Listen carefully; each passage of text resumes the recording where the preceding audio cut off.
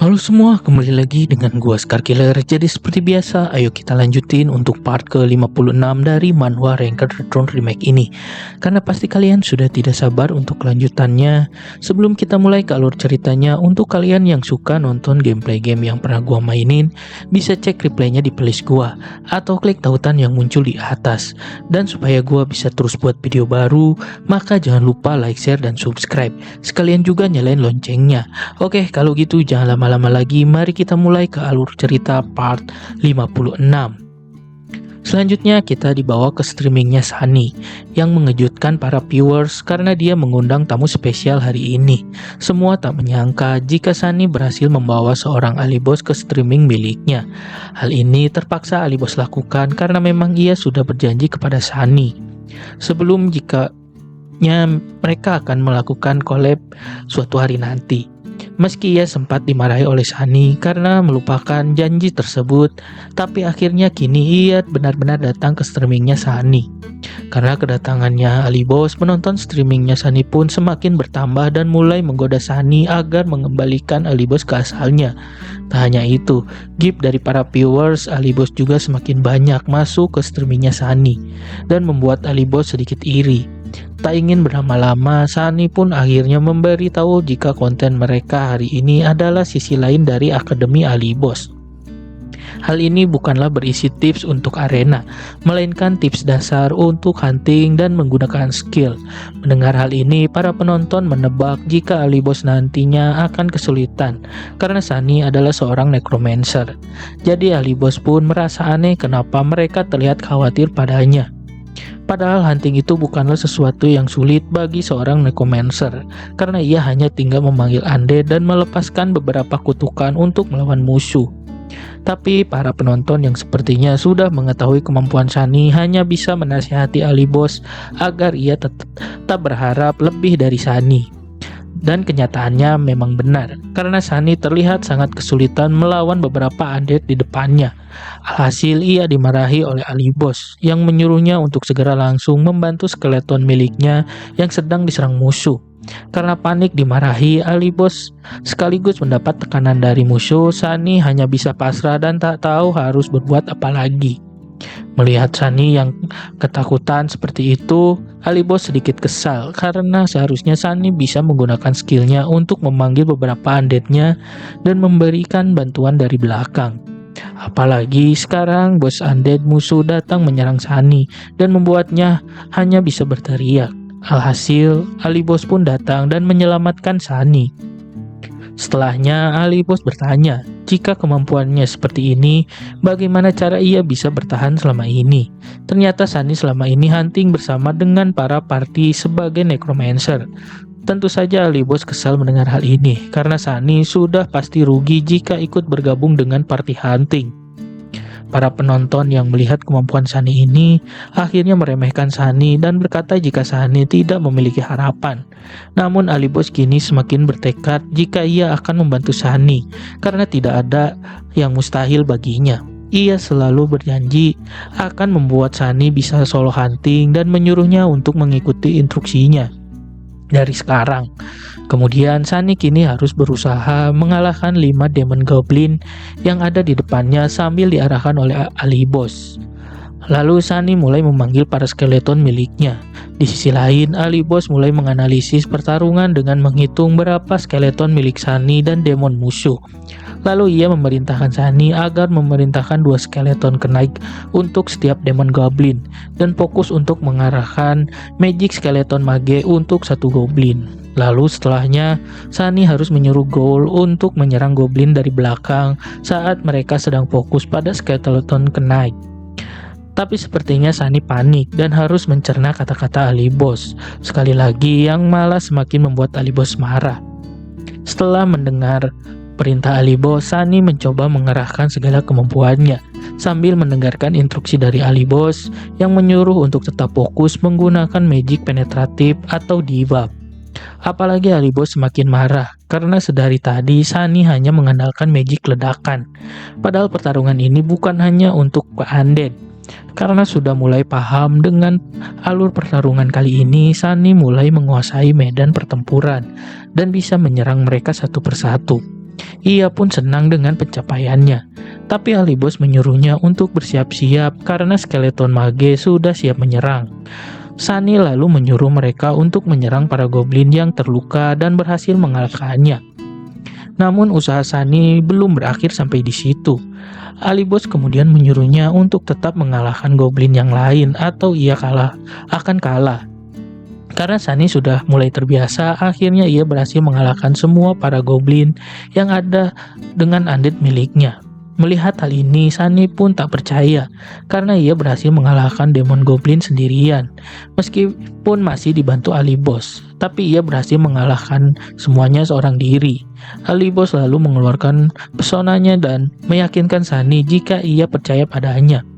Maka ia yakin Sunny akan berhasil.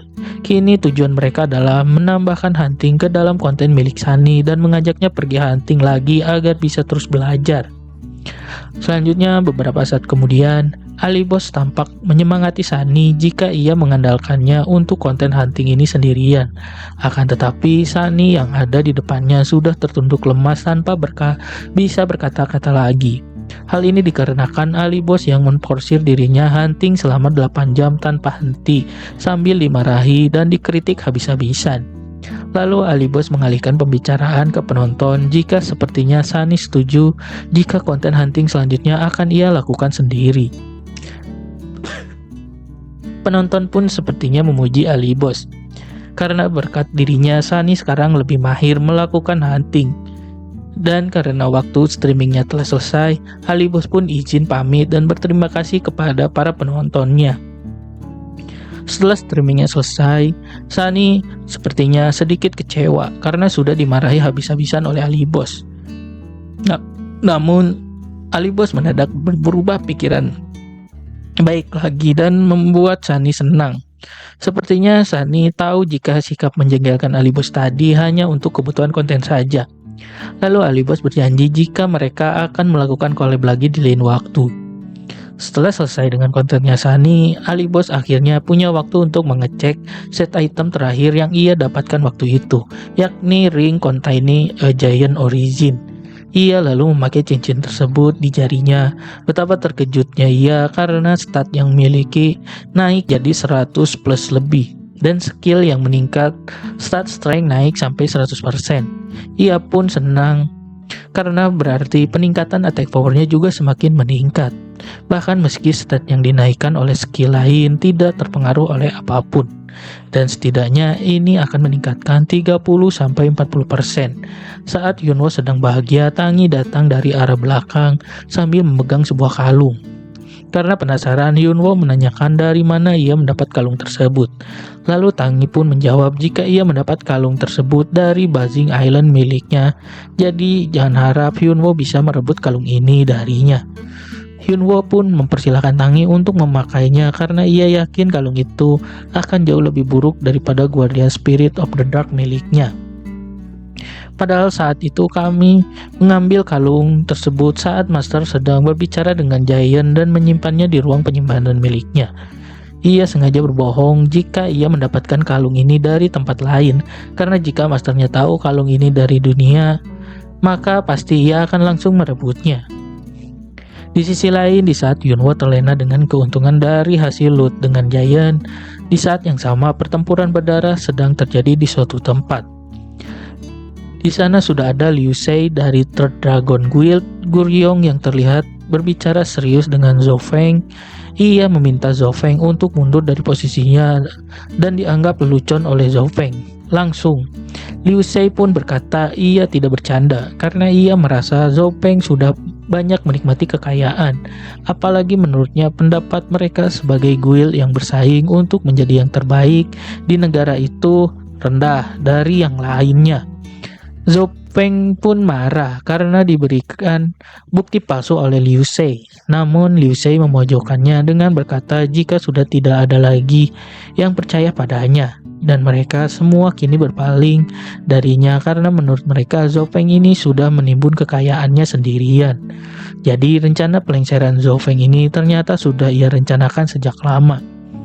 Jadi ia sudah memastikan jika Zhou Feng tidak akan bisa lari dari masalah ini.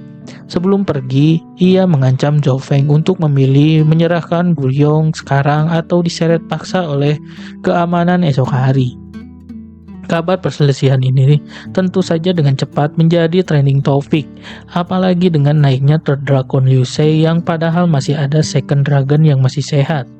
Tak hanya itu, kini terungkap juga jika mereka mengakhiri kontrak dengan Adidas, sponsor utama mereka. Tentu saja, hal ini menjadi topik besar sepanjang arena. Apalagi Ali Boss tak menyangka Liu Sei bisa nekat berbuat sejauh itu. Ia pun sebenarnya bimbang apakah akan memberikan ucapan selamat atau tidak, karena pertemuan pertama mereka tidak begitu baik.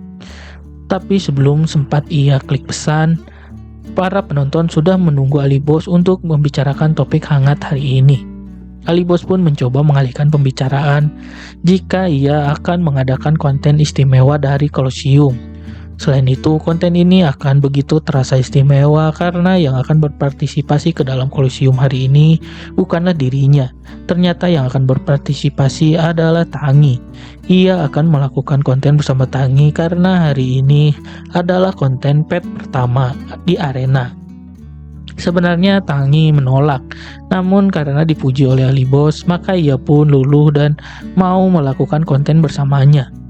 Ali Boss pun menyuruhnya untuk bermain kalem dan menggunakan tinju saja agar tak melukai teman-temannya. Tak butuh waktu lama, Pet Arena pun dimulai. Dan lawan mereka adalah salah satu fans berat dari Ali Boss. Dan Tangi lalu mengajaknya foto bersama. Karena rasa kagumnya yang luar biasa, maka ia pun mulai membesarkan Ron, pet miliknya. Di saat tuan mereka sedang berbicara, Tangi menyapa Ron yang merupakan seekor anjing. Tapi Ron sepertinya agak marah.